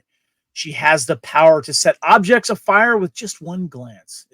It's a power she does not want, a power she cannot control. And each night, Charlie prays to be just like every other child. But there are those who will do everything in their power to find her, control her, or destroy her. Charlie McGee is Stephen King's Firestarter. Will she have the power to survive? And briefly, a couple who participated in a potent medical experiment gained telepathic ability and then have a child who is pyrokinetic. Show your DVD copy there, Lacey. You want to show that real quick? Yeah, there you go. Oh, you got the Blu-ray. Look at that. Yeah. Look at that. Well, I had yesterday and I have not watched it yet, so forgive me. I have the DVD and I bought this recently at one of my favorite record DVD stores for $8. Nice. Guys, guess what? I had never seen this film before. Watched it for the first time recently. Directed by Mark L. Lester. If I remember correctly, the director of Rambo. He's had a nice little career himself there. Kyle, I'm going to start with you. Can you give us some trivia here and then give us your thoughts on Firestarter? Yeah, a few years before she was cast in the film, 6-year-old Drew Barrymore's mother thought that Drew resembled the girl on the source's novel Paperback Dust Jacket. Drew once said, my mom had seen this book at the grocery store with a picture of a little girl on it and said, gee, this looks kind of like you. She said if it was okay if I bought it, and so I did. When I read it, I came into the kitchen where my mom was making dinner, said, I'm the Firestarter, I'm Charlie McGee, but she didn't know what I was talking about. The film was originally going to be directed by John Carpenter and Bill Lancaster, who wrote the screenplay for The Thing in 1982. Even wrote a draft for this film, but according to Carpenter, Universal executives removed both of them from the project in the wake of the box office and critical drubbing they received for The Thing. And then finally, Martin Sheen took over at late stage from Burt Lancaster, who had to withdraw following heart surgery. Your thoughts on Firestarter, Kyle? Love this movie. This is a great 80s science fiction flick. Drew Barrymore is wonderful in it. It's a great concept. I know they tried to do a recent remake, which kind of fell a little flat with me, but just everything about this movie just worked in that 80s way that only something like this made in the 80s can work. And this is one of those movies that it's a CPT movie for me. This is a highly rewatchable film. Interesting. All right. Lacey, what about you? What are your thoughts on Firestarter? Okay. I do not like horror movies, and I've only watched one Stephen King movie that I actually have enjoyed. Not because Which one? Stand By Me. I mean, not one of the scary ones. Yeah. No. And I did love the show Haven, right? Based on the Colorado Code. That was good. But I looked when I saw this one was coming up. I looked at the cast, and I was like, I can't not watch this movie. Like, I have to watch this movie, and it's impressive. It was late in the game, right? I literally ordered it like 4 days ago, and it came 2 days ago. Before you go on, let me just mention the rest of the cast here. Drew Barrymore, David Keith, Freddie Jones, Heather Locklear, Martin Sheen, George C. Scott, Art Carney, and Louise Fletcher. Right? I mean, you can't, like, that's just amazing, right? So I haven't seen it yet. I do wonder, though, because this is kind of the whole telekinesis and the pyrokinesis thing. Do either of you know when the book was written? Like how long it was before this? I wonder. No idea. I'm going to say within the 5 years, I think, maybe. Really? Okay. I'm not sure. This is, for me, this kind of made me go, oh, I wonder if he was kind of taking cues from like X-Men or like some sort of mutant thing or whatever. And he kind of thought, well, what if it was evil?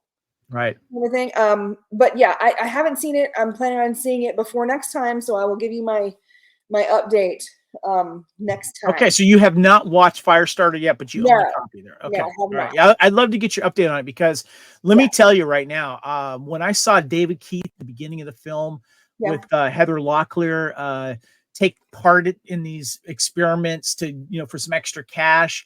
This is before, of course, they have their child, which of course is Drew Barrymore. I love David Keith. I've loved everything that he's been in. He's one of the most underrated actors of all time. Love this guy. And then all of a sudden you're getting like a young Heather Locklear. And you find out later, of course, that she doesn't survive. Sorry. I feel like we're at 25 years. I don't, or 40 years. I don't think that I can complain about a spoiler at this point. But I love that. I love the relationship between Drew Barrymore and David Keith's character, and especially when they meet up with Art Carney, George C. Scott. Oh my God. Yeah, I don't want to spoil too much for you there, but he was just good in this, and Martin Sheen, of course, just killing it. I was surprised. I liked this movie. I thought it was good. I don't know how rewatchable it is for me though, Kyle. I got to question that. But I was really impressed with the pyrotechnics and how they use these fireballs, because everything was practical. Mark L. Lester talked about this and how it got very intense. And they had these fireballs like on these cables that were what the, Drew Barrymore's character was using to shoot these things. Very, very impressive. Don't mess with her. So, yeah. All right. Next, we have another film that I did not see, or at least not all the way through, and that is The Natural, starring Robert Redford, guys. This one did quite well in the theaters. There you are. You're holding up your Blu-ray copy there. Well, I have a DVD copy here. And I'm going to go into something else that I also have. This, of course, made almost $48 million in its original theatrical run, of course, starring Robert Redford. A middle-aged unknown comes seemingly out of nowhere to become a legendary baseball player with almost supernatural talent. Directed by Barry Levinson. Stars Robert Redford, Robert Duvall, Glenn Close, Kim Basinger, Wilford Brimley, Barbara Hershey, and a bunch of other great. I've seen that guy everywhere. The cast was phenomenal. Kyle, before we go into it, give us a little bit of trivia, please. Okay, first up, before I give trivia, I just got to say this is maybe my favorite Robert Redford film. Interesting. I have thoughts about this.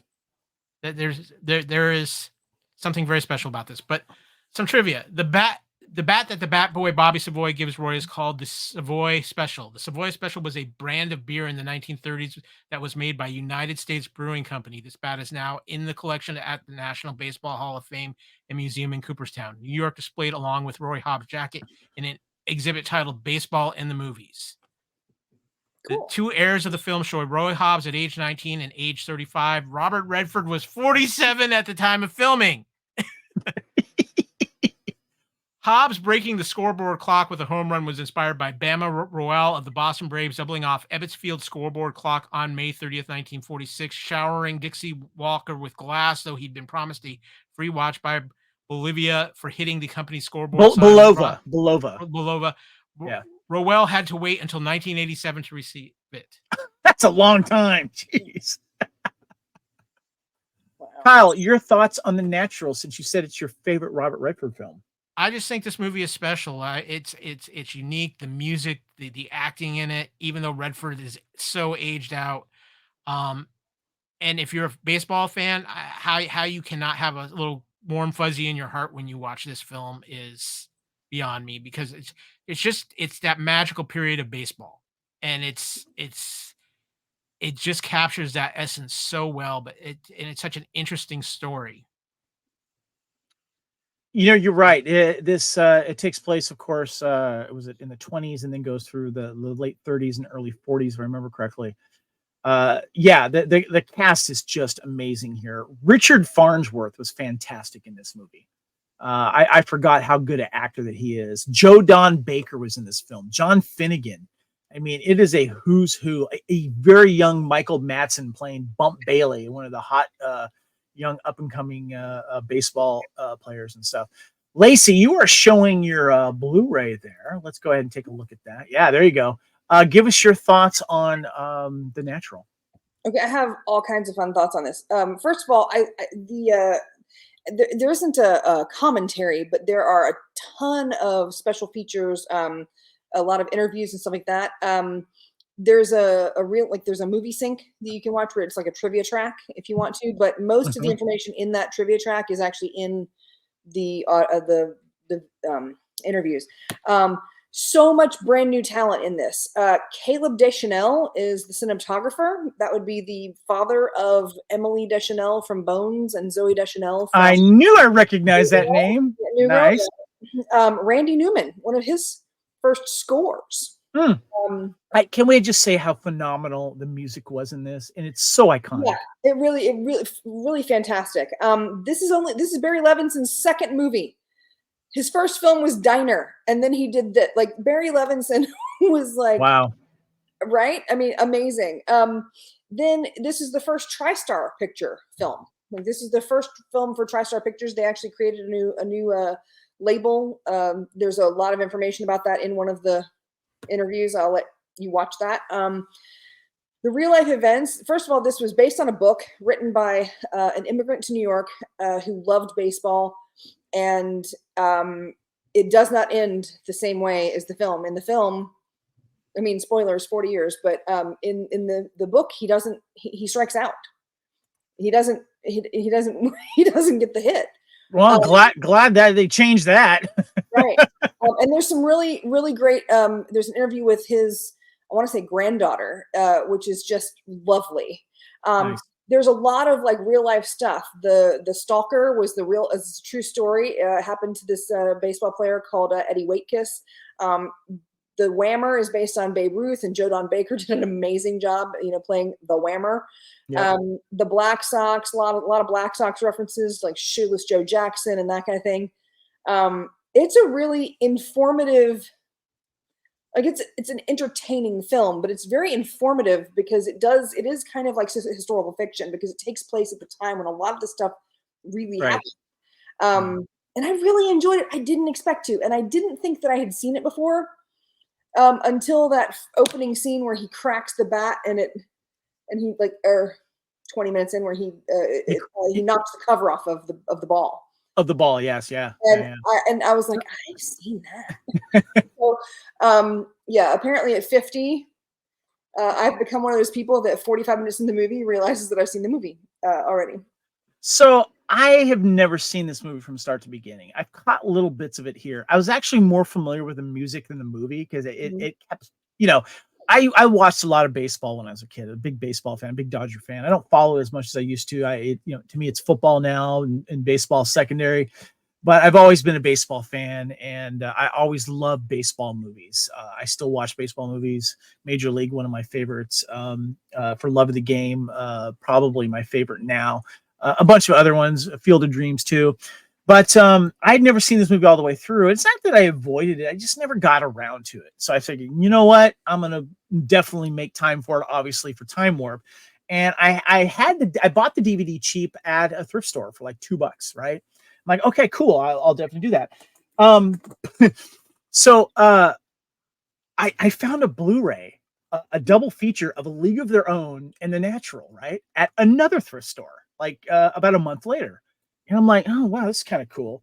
And I open it up, and there's one of these slips here for a digital copy. Mm-hmm. But this was like a while ago, and it's ultraviolet. And I'm like, didn't ultraviolet fold? Because right now we've pretty much got Movies Anywhere and Vudu, and that's it, right? Mm-hmm.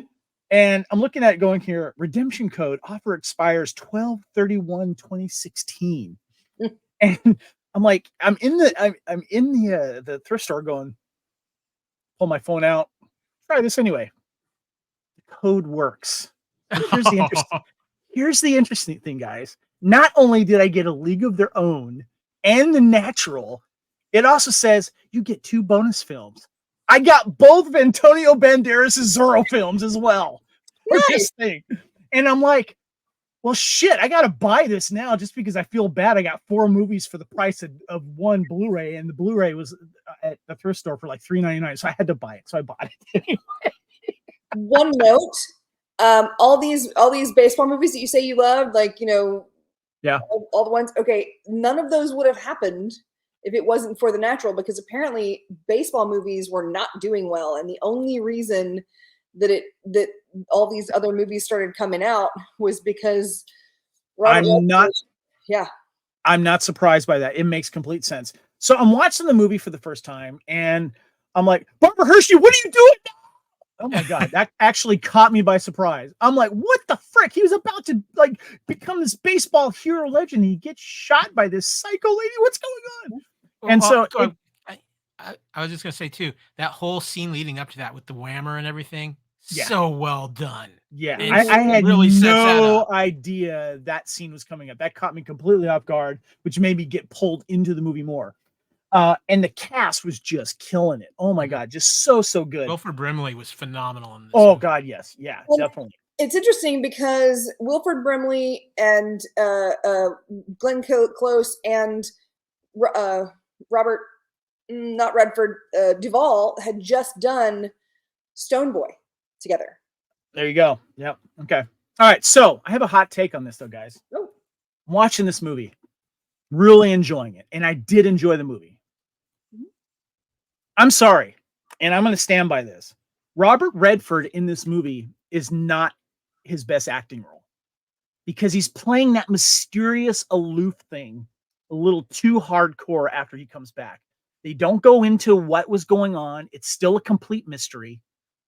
And everyone else around him, I think, outshines him in the acting department to where it got to the point to where I had not seen a Robert Redford starring film. I've only seen him in the Avengers or in the MCU recently. I forgot about Sneakers. I need to go back and watch that. And it actually had me questioning, is he a good actor or is he just good looking? So I went back to watch a film. I've been waiting to watch it. I have it on DVD and I found it streaming. I watched 3 Days of the Condor. Great film. Yeah, great. Very good. He was very good in that one. Like, okay, good. He can act. But I got to tell you, he looks great in this film. He's got the fedora thing going on. But I got to tell you, it's not his best acting role, in my opinion. Everyone else outshines him, but that's not necessarily a bad thing. I think the movie is elevated because of the cast. And I feel like even though he's the natural, I think it's the rest of the cast that outshines him. Am I wrong to think that, guys? No, I actually think that's very true because I think the biggest flaw for this film, and again, it's one of my favorite. It might be my favorite Robert Redford movie just because of the spirit it has in it and what it captures within it. Right. As far as him individually, because he is way too old for this role. Let's be honest, and it's one of the things that does take you out of the movie a little bit. But when you add in the music, you add in the phenomenal performances going on all around him, and the thing about Redford in this film is that he's the star, but he doesn't outshine everybody else. And that's what makes it a good performance. I was happy to finally see it. It was good. Yeah, Lacey. I was going to say, I think that the thing that I disliked the most about the film didn't have anything to do with the actual acting. I think that the portrayal of the two options you had at the time for women's roles in movies like this was either the virgin or the harlot, and that's basically the three female characters were pigeonholed into those two categories. You're absolutely right, because that was a sign of the times, unfortunately. Yeah. So yeah. But I do love Redford, so I think that his age kind of contributed to some of the conversation. I think that some of the younger stuff might have been a little bit more difficult, but I mean, the conversation was that he was too old, which worked. Barbara Hershey scared the crap out of me, I'll tell you. Black Widow. All right, guys, let's move on to the next film. That is May 18th of 1984. We had Finders Keepers, made just over $1,500,000. And it is starring, first of all, a quick little plot synopsis from IMDb. On the run from the police and a female roller derby team, scam artist Michael Rangeloff steals a coffin and boards a train, pretending to be a soldier bringing home a dead war buddy. Directed by Richard Lester, stars Michael O'Keefe, Beverly D'Angelo, and we just lost Lou Gossett Jr., rest in peace, Pamela Stevenson, Ed Lauder, Brian Dennehy, and a young Jim Carrey. Kyle, give us some quick trivia first. Before you give trivia, I got to echo your sentiments. Lou Gossett Jr. in my mind was a legend, and Yeah. we have an opportunity real quick just to mention him. Broke all kinds of barriers in Hollywood. Still, Chappie St. Clair and Iron Eagle, the Iron Eagle films, is still one of my favorite movie characters to this day. Oh, Chappie. Yeah. Mhm. Iron Eagle. Yep. Well So, said, Kyle.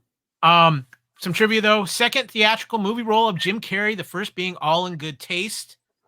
The film was released 10 years after its source novel was published.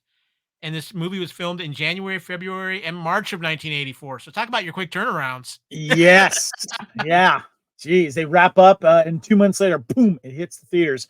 I'm going to start off right away, guys. I couldn't finish this film. I found it streaming online. I watched it, and I didn't care about the lead actor and him pretending to be a soldier. And I don't know. I like a lot of weird films where you get a lot of people running for something, mad world, all that kind of stuff. And this one just didn't have any magic to it at all. I watched 3/4 of it, and then boom, I was out. I was done with it. Lacee, I think you feel a little differently though. You liked it more than I did, correct? I'm not going to say I liked it more than you did. I'm going to say that this is one of those, again, kind of like the John Hughes thing. This is one of those like quintessential 80s flicks, because you've got Mistaken Identity, you've got the spoof of just, who's doing where, and almost like Scooby-Doo, with everybody going through the doors and in the hallway and then in the doors. It had all that kind of stuff to it. Now, the problem with this movie is that Beverly D'Angelo's character cannot stop using LGBTQ slurs. Yeah. That was a tough watch, man. The main character is literally, the whole thing is him like perpetrating stolen valor, and stolen valor is like a big no for me. Like it's hard to watch that kind of thing. I just thought the lead actor sucked too. There's nothing likable about him. It is worth watching one time to see Jim Carrey. Yeah. He plays such an idiot, and it's so ridiculous and so silly. And it's really, his little snippet is really funny. You can watch that on YouTube, by the way, in case you're curious. I do not recommend this film, but go do Finders Keepers. Jim Carrey, he'll get a little giggle. Again, this is another Kino Lorber release. Just throwing that out. Hey, do me a favor. Can you pop that up again? I want to see that again real quick. Is that the DVD? It's the DVD. Okay, gotcha. Yeah. Okay, Kyle, did you ever see this film? I have not seen this film, but I'm going to follow the Lacey law. Give it one watch for Jim Carrey. Yeah. It is hard to top early Jim Carrey as far as comedy goes. Yeah, it's just that's about as near perfection as comedy can get at times. All right, guys, let's head on to the next film in May, and that is Making the Grade. And I love the posters here. Palmer Woodlow III earned his diploma the old-fashioned way. He hired Eddie Keaton to graduate for him. Making the Grade. If you can't make it, fake it. A spoiled rich young man hires a young hustler who lives in a broken car and owes money to a dicey loan shark to take his place in his elite prep school and graduate for him. Directed by Dorian Walker, stars Judd Nelson, Jonah Lee, Gordon Jump, Ronald Todd Lacey from Raiders of the Lost Ark, and Andrew Dice Clay. Kyle, give us some trivia here. So this movie's epilogue states Palmer and Eddie will be back in Tourista coming soon. So the end of the picture informs the audience to watch out for a sequel coming soon. This is featured just before the closing credits. The producers intended to make a sequel titled Tourista with Judd Nelson's character returning, but due to the poor performance at the box office, they scrapped the idea. Andrew Dice Clay was cast after being seen at a comedy club by Julie Caesar, the film's casting director, and Robert Kraft, head of music for Canon Films. And despite his age, the part was for a high school teenager. Clay was cast on the spot. It was also the same comedy club where Jim Carrey was performing, and he was also approached in the parking lot of the club for a role in the film and quickly turned it down. Contrary to some perceptions, I will learn to talk, the movie was not the cinema film debut of neither Judd Nelson nor Andrew Dice Clay, as the two, according to their IMDb filmography list, had previously appeared in Rock and Roll Hotel and Wacko, respectively. Lacey, have you seen Making the Grade? There you Well, go. look at that. Of course you do. You got the Blu-ray. I'm Mr. DVD guy. Oh, you got the one. Is that right on? Okay. Is that Andrew Dice Clay or Judd on the front? Is that Judd? That's Judd Nelson. Well, Andrew Dice Clay does not make the cover here. So there is a version where it's him on the like they were trying to capitalize off of his success from something else. There is another version. I will say that I when we started doing these, or when I became part of doing these, I knew that I was going to do you mean Time Warp? Is that what you're talking about? Yeah, doing Time Warp. Yeah. So about 3 years ago, I started kind of going through and seeing all the things that I hadn't watched before, and I started kind of collecting what I would be interested in. So I know that I watched this about 2 years ago, and I know I watched it the one time, and it was just enough for me to go, wow, the 80s just sucked for it was, again, women, people of color, people of from foreign countries. Like this is not something that is positive for anyone but straight white men. And it's a very pointed description of how that. Yeah, it's not my favorite. It is definitely a time capsule. It's very true to the time. The boys will be boys, whatever. Not my favorite movie. Gotcha. Kyle, did you see Making the Grade? Have you seen this? I've heard it's a movie I've heard about, but I've actually never seen it. The opportunity has been there.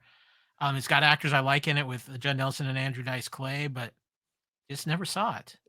It's worth it for Dice Clay. Yeah, he's funny. Sorry, Lacey. What? It's worth it for Andrew Dice Clay, but the rest of it was just nah. Frank Stallone's song "Far From Over," which was in the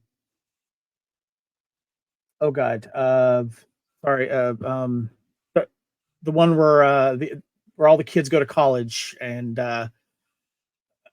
it's the Brat Pack in college. Yeah, I think it was in that one, or was it in Perfect? I can't remember. My wife's going to kill me because it's one of her favorite songs. But Andrew Dice Clay, who is basically he's the one that needs the money from Judd Nelson's character, and there's this party scene, and he's singing along to the song and dancing along to it. It's the best thing. I put it up on Instagram. I tagged you guys. Did you see the video? I don't know if you saw it or not. Mm-hmm. That's the best part of the movie. I'll just be honest with you. But there's an interesting little side note about one of the actors in this film, guys, and that's Dan Schneider. Oh, not a good time for Dan Schneider. If you don't know who Dan Schneider is, first of all, he was one of the frat boys in this. He's the chubby kid, and he played a lot of roles. The tape role, he was the chubby kid that lived. Kyle, let me finish this. I'm on a roll here. He was the chubby kid in Head of the Class. Yeah.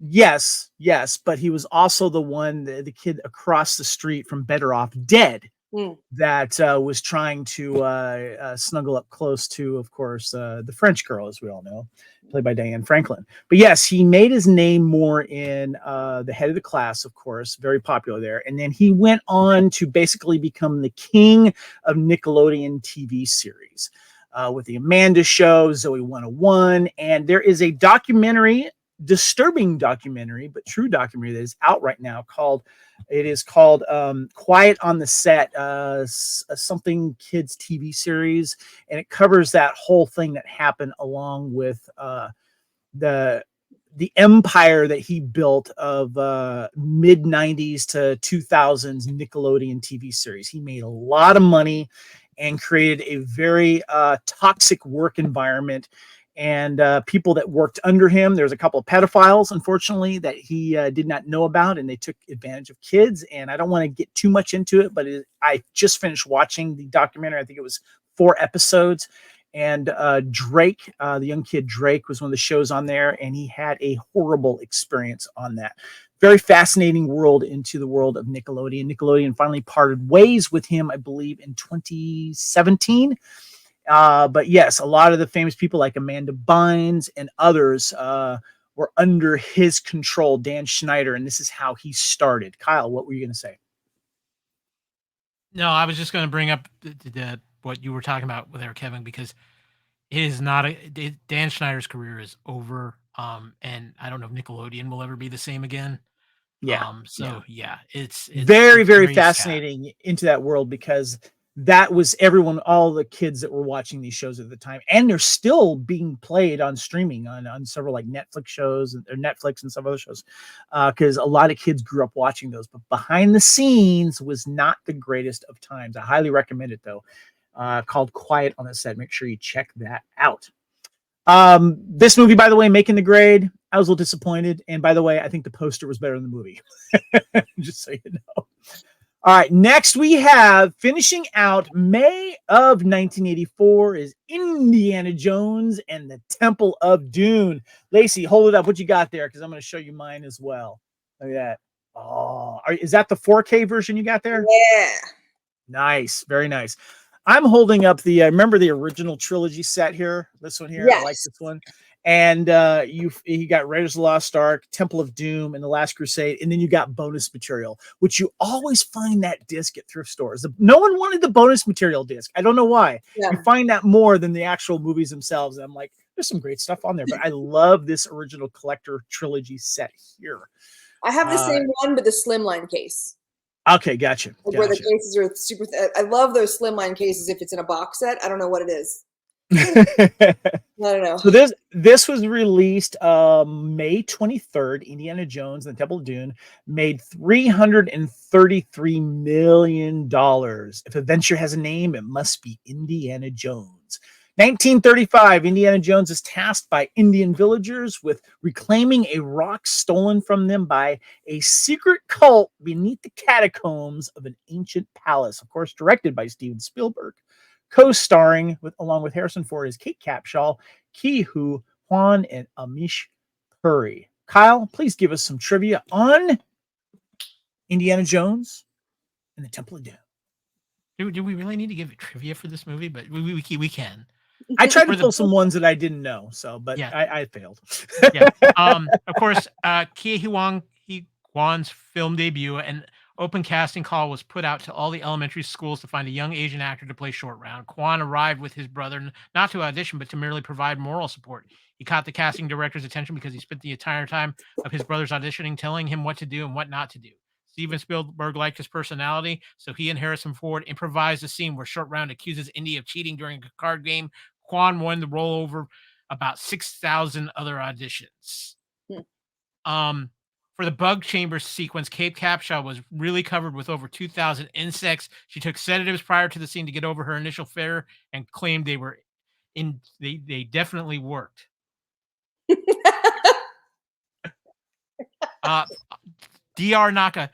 Dr. Yakakara, cast as the Indian village shaman, did not speak a word of English. He delivered his lines phonetically by mimicking Steven Spielberg, who was prompting him off camera. The pauses in his dialogue were therefore not for dramatic effect, but rather waiting for his next line. All right. Amish Puri shaved his head for the role of Mola Ram. This created such an impression that he kept the look and became one of India's most popular film villains. Nice. All right. I remember seeing this in the theater first time it came out. I was all over this. And I thoroughly love this movie. I remember for a while, though, it had this stigma of it being the least favorite, and it probably still is when it comes to the original trilogy. But now that the other movies have come out, I think it's definitely garnered a lot more support. I got to tell you, Harrison Ford coming out in that white dinner coat is one of the most awesome looks of Harrison Ford in any film, outside, of course, his regular Indiana Jones look.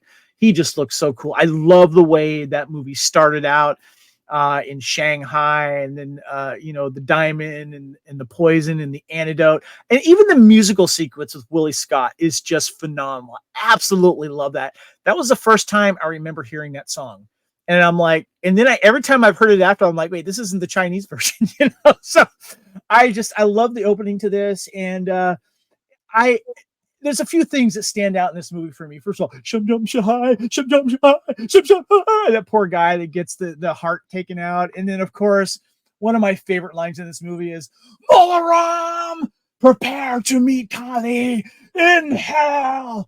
And then, you see Indiana Jones on the rope bridge going to Short Round going, Lachi, Latsutsanga. Oh, lady, we're going for a ride.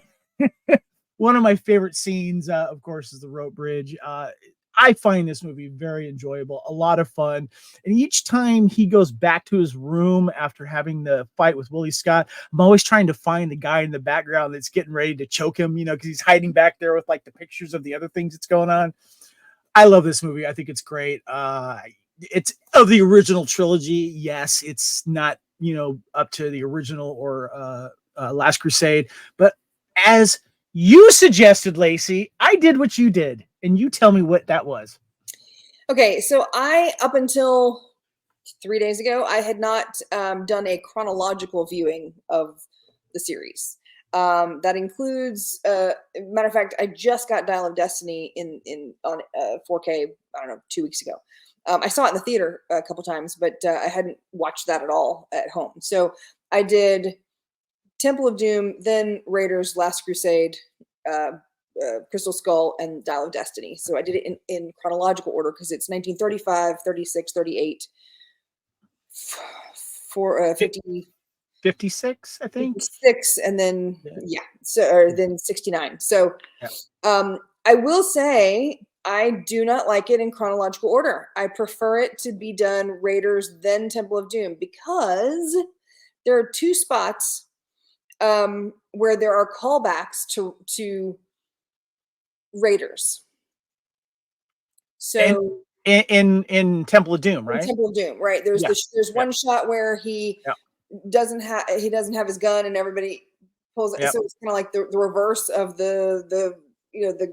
Yep, you're absolutely right. And then of course there's the Grail scene with the scene with the rats. Yeah. Right. So I think that in watching the series again, anytime I decide to do a binge, I will do it in release order. I'll kind of keep that. Just a quick note on that too. Even though this takes place a year before Raiders of the Lost Ark, this could have taken place a year after Raiders of the Lost Ark because of the time frame. If you think about it too. That's true. So you're right. You're right. It's better just to watch Raiders and go through it. Right. Because I was feeling the same thing. The other thing is, I think that the reason that they pulled it backwards is because in Raiders, it was very specific that he had other relationships. Right. And he's going back to Marion. Right. So I think this was to show that he moved on in the meantime. I will say that the thing that I noticed that I've never seen in any other trivia, this is the only film to open up on a face that is not Indiana Jones.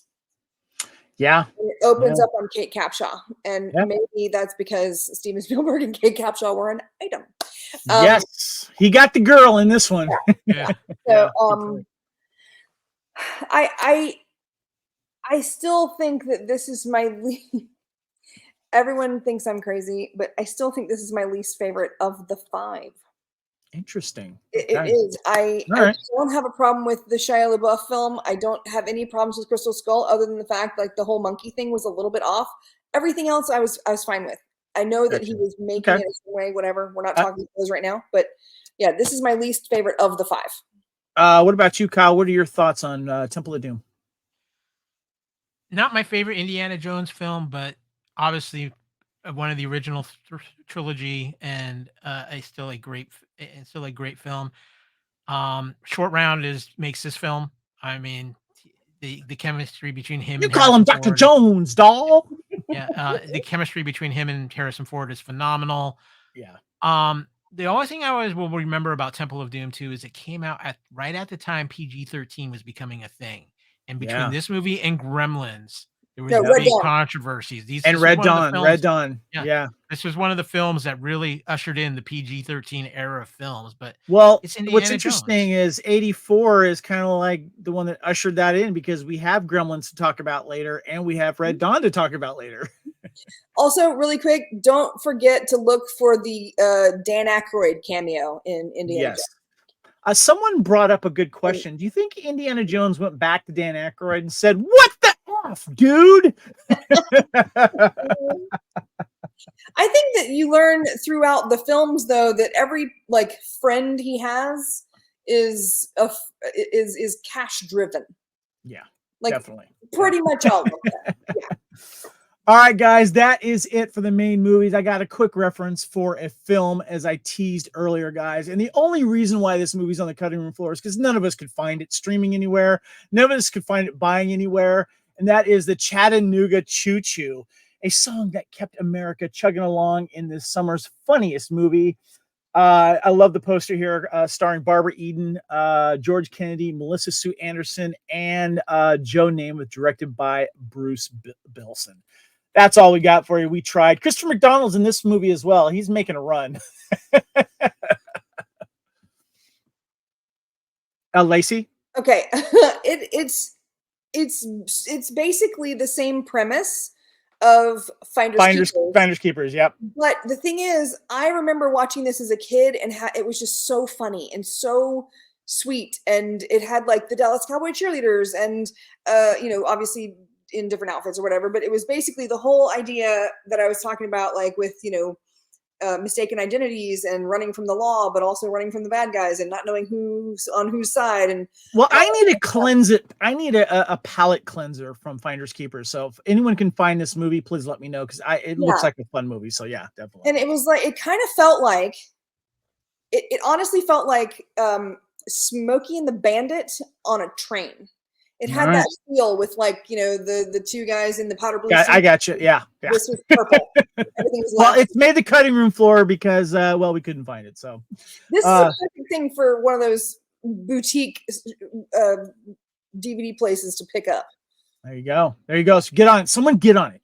The top gruesome movies of 1984. I'd like to touch on that. And the only one on this top 10 list that made it was Indiana Jones and the Temple of Doom. Eventually made, like I said, a lot of movie, but right now it's showing at 179 million here, but then went on because it came back in theaters, made a lot more money. All right, guys, let's go ahead and wrap this up.